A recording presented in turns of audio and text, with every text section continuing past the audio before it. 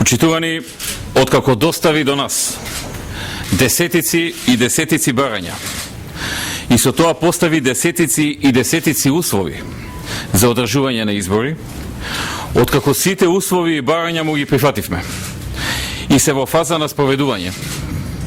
Денеска Бранко Црвенковски го слушаме како храбро вика дека се откажува од сите услови и барања. Се прашувам зошто тогаш губевме толку време?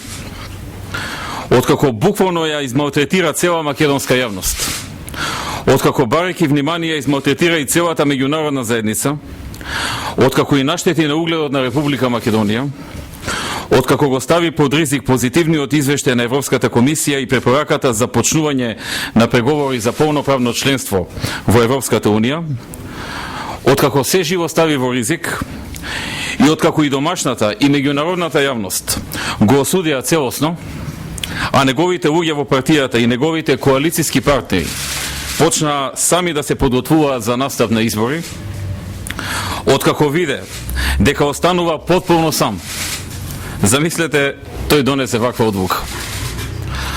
Откако Бранко виде дека коалицијата на власт и покрај неговите уцени, блефови и деструктивни однесувања, и покрај сите негови закани за египетски и туниски сценарија, одлучи, дури без него да оди на избори, откако сите македонски, албански и други партии покажаа сигнали дека ќе одат на избори, сваќајќи дека неговата политика нема перспектива, тој денес во негов препознатлив стил, целосниот пораз и дебакал на неговите политики и однесувања се обиде да ги представи како победа. И сега ние треба да паднеме во несвест зошто Бранко Црвенковски, откако му ги прифативме сите барања, во едни вакви околности, какви што преходно ги наведов, одлучи да оде на избори.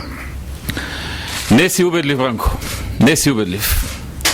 Можеш да ги натераш или пак уцениш дел од твоите членови да ти скандираат, да веат знамења, да ти аплаудираат, да свират со коли по улици, за да ти го чуваат стравот и да те охрабат да се чувствуваш посигурен.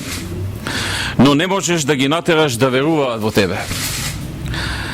Сакам да информирам македонската јавност дека согласно Уставот и законите и согласно предвидената динамика и рокови, ВМРО ДПМН ќе предложи до парламентот на Република Македонија парламентарните избори во Република Македонија да се одржат на 5 јуни 2011 година.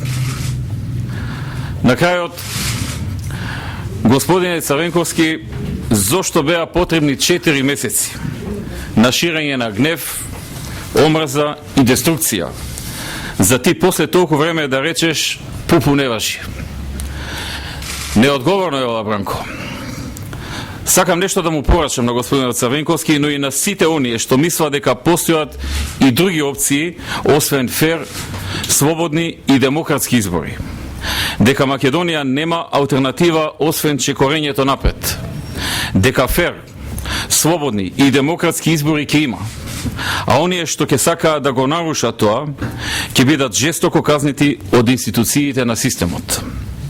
И конечно, јас, ама и ти, Бранко, многу добро знаеме дека граѓаните на овие избори ќе одберат напредок наместо транзиција.